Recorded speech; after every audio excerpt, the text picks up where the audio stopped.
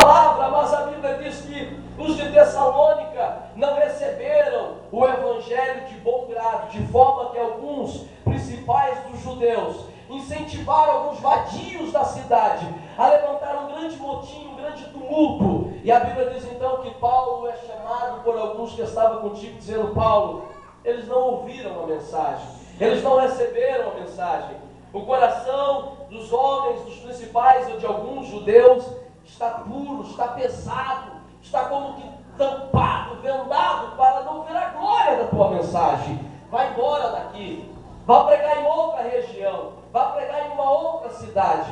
E a Bíblia diz então que começa-se um grande motim em Tessalônica e Paulo tem que sair rápido de lá, porque uma grande perseguição se levanta contra a vida do apóstolo. Então ele sai da cidade mais alta e ele vem descendo, ele vai a uma cidade chamada Bereia. A Bíblia diz então que, como de costume, Paulo vai a uma sinagoga e ele começa, possivelmente ele abre o Torá e ele começa a discutir a respeito do Torá, a respeito da fé, a respeito da mensagem central da Bíblia, que é Cristo. E a Bíblia diz que os de Bereia receberam o evangelho de bom grado, ao ponto que todos os dias eles examinavam as Escrituras, e a Bíblia diz que eles receberam o evangelho de bom grado. Mas aqueles que ficaram em Tessalônica souberam que Paulo estava tendo sucesso com as suas mensagens e com o seu ministério e com a sua chamada na cidade de Bereia. E a Bíblia diz que alguns que ficaram em Tessalônica se levantam em Tessalônica, pede às autoridades maiores em Tessalônica o direito de descer à cidade de Bereia para perseguir o apóstolo Paulo, que estava pregando na cidade de Bereia, e o evangelho que ele pregava estava sendo bem recebido. E a Bíblia diz então que eles saem de Tessalônica e vão para Bereia para perseguir, para maltratar, para tentar calar a boca do apóstolo Paulo concernente à sua fé. E a Bíblia diz que quando eles chegam em Bereia, eles mais uma vez incentivam algumas pessoas a se levantar contra o apóstolo Paulo. E a Bíblia diz que mais uma vez Paulo é despertado por alguns dizendo: Paulo, vai embora daqui, porque aqueles que te perseguiram em Tessalônica vêm contra ti agora na cidade de Bereia. E a Bíblia diz que eles pegam o apóstolo Paulo, o reverendo que está aqui, que entende um pouco mais de embarcação.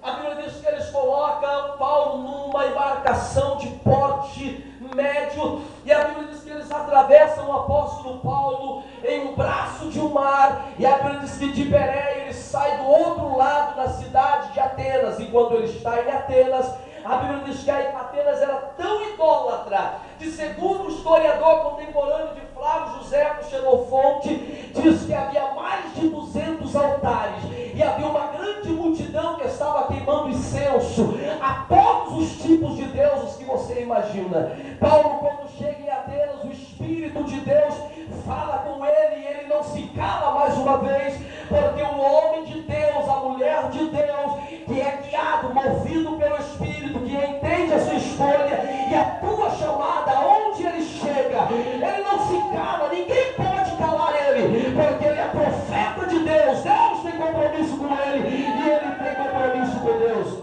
A Bíblia diz que ele começa a pregar, e a Bíblia diz que havia um grupo de filósofos, e a Bíblia diz que um grupo se divide em dois grupos, com duas teses diferentes. O primeiro grupo olha para o apóstolo Paulo e diz assim: homem é mais um pregador de deuses que apareceu na cidade de Atenas. O outro grupo olha e diz: não, este não é mais um pregador de Deus, este homem é um paroleiro, que na palavra original grega quer dizer barulhento.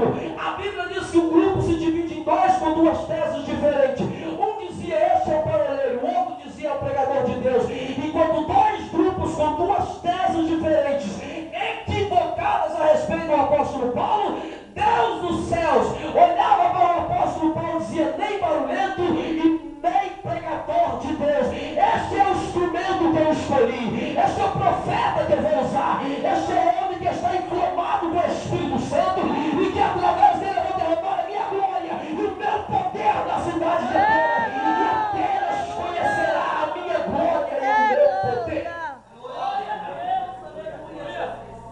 Olha aqui para mim, irmão, eu vou bater mais uma vez nessa tecla. Eu falei ontem uma coisa: você não é obrigado a ser.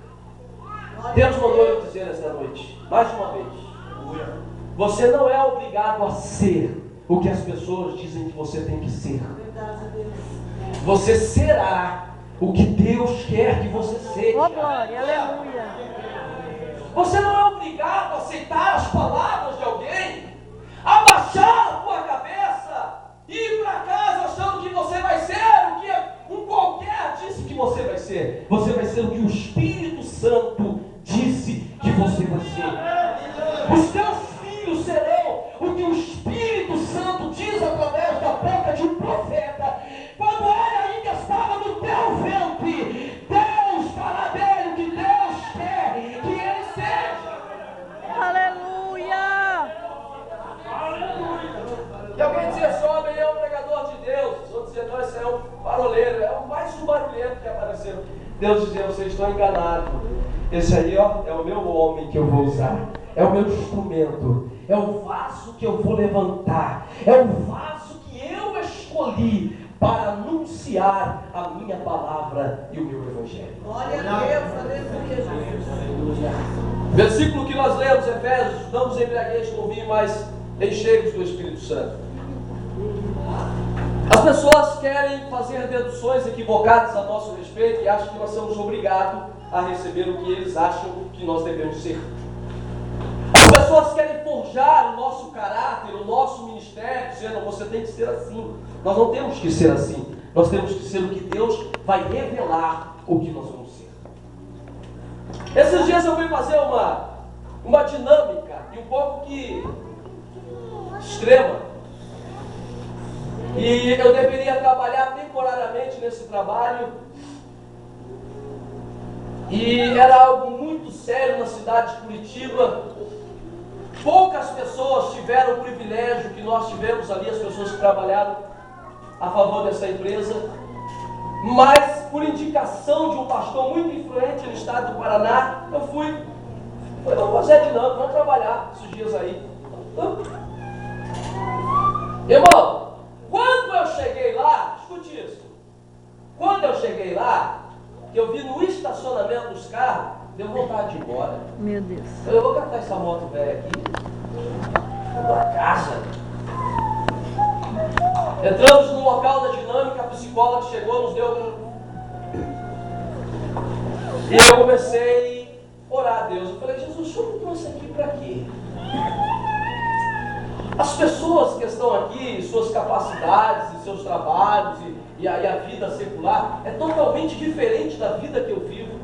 Para que o Senhor me trouxe aqui? Eu sou um evangelista da Assembleia de Deus, estou iniciando o ministério de pregador itinerante. Para que o Senhor me trouxe aqui? Qual é o propósito do Senhor? E eu, na minha simplicidade, disse, Senhor, eu vou passar vergonha. Irmão, nós entramos fazendo, não, em nome de Jesus, não dei risada. Eu era o mais feio que estava lá.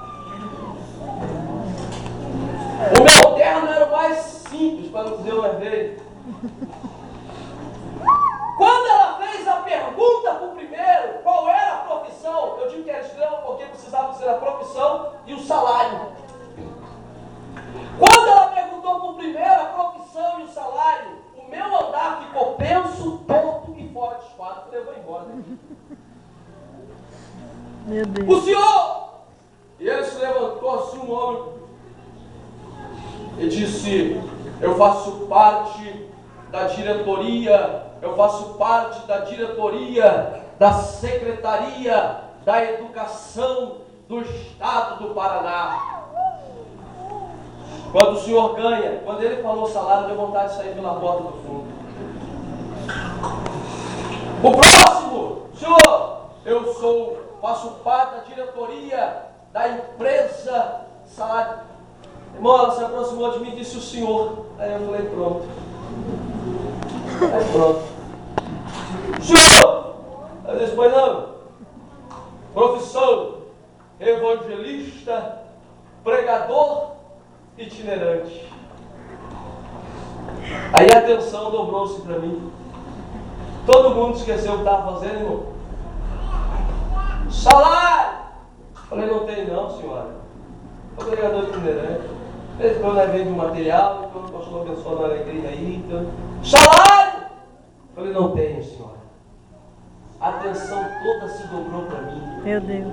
Eu abaixei a cabeça e disse: Jesus, o Senhor me trouxe aqui para me envergonhar. O Senhor me escolheu. O Senhor me chamou. O Senhor me trouxe aqui para envergonhar. Daqui a pouco eu vi um tumulto no canto assim.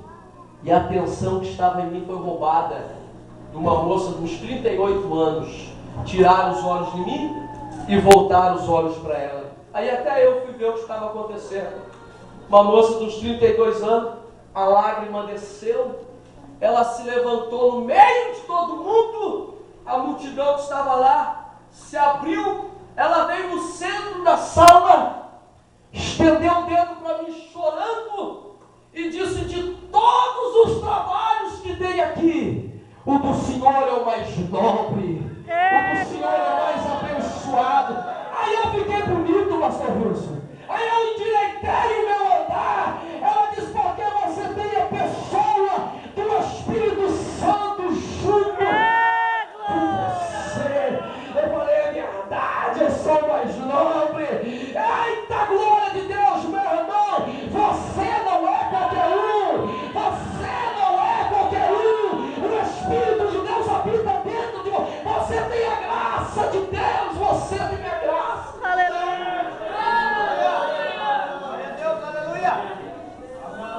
Faz assim a sua mão assim, faz assim com a sua mão assim, faz assim com a tua mão assim. Olha só, isto. Se leva a mão levantada é sinônimo de vitória, é sinal de receber. O Espírito do Senhor está falando comigo que esta noite vai encher muitos passos. Aleluia. Por questão, você não é qualquer um, você é o melhor de Deus. Deus lhe escolheu, não foi você que escolheu a Deus, mas Deus lhe escolheu. Você não é qualquer um. Aí eu fiquei mais ajeitado, mais bonito. Eu vou embora dessa dinâmica que está ficando bom. Quando Paulo chega em Atenas, pessoas fazem deduções equivocadas a seu respeito, dizendo: tu és mais um pregador de Deus, tu és mais um barulhento. Mas Paulo não era. Paulo era o melhor de Deus. Aleluia. Na cidade de Atenas. Glória a Deus. A introdução diz que pegam o apóstolo Paulo, e eu acho que eu já disse isso aqui, e levam para dentro do Areópago, um lugar que na ocasião era usado para entregar os fiéis aos leões. E a Bíblia diz que Paulo é levado para ser julgado ao Areópago, um local que era usado para levar e entregar os fiéis aos leões, mas que na ocasião estava sendo utilizada como uma corte. E a Bíblia diz que esta corte era constituída de 31 juízes. Juízes carrascos, juízes terríveis, que estavam ali para acusar o apóstolo Paulo a respeito de sua fé. Quando a Bíblia diz que eles pegam o apóstolo Paulo e levam para dentro do Areópago, ele é interrogado a respeito de sua mensagem, a respeito de sua fé. E a Bíblia diz que no momento oportuno dão ao apóstolo Paulo o direito de se justificar. E a Bíblia diz que quando dão a ele o direito de se justificar, ele abre a boca diante de uma corte constituída por 31 juízes e diz: varões e cidadãos atenienses, tenho observado que vós sois um povo religioso, porque por onde eu tenho andado tenho visto muitos altares. Mas Paulo diz: mas um altar me chamou a atenção, porque nele estava escrito: ao Deus desconhecido. Paulo diz: pois bem, a este Deus que vós adorais sem o conhecer, é a este Deus que eu adoro. Aleluia. O Deus que fez os céus, que fez a terra, o Deus que fez o homem, que é digno de honra, glória e de todo louvor. Deus que não habita em templo feito por mão de homens, como se necessitando de homens, mas é Ele quem dá a vida, é Ele quem tira a vida, é Ele quem abençoa, é Ele quem capacita,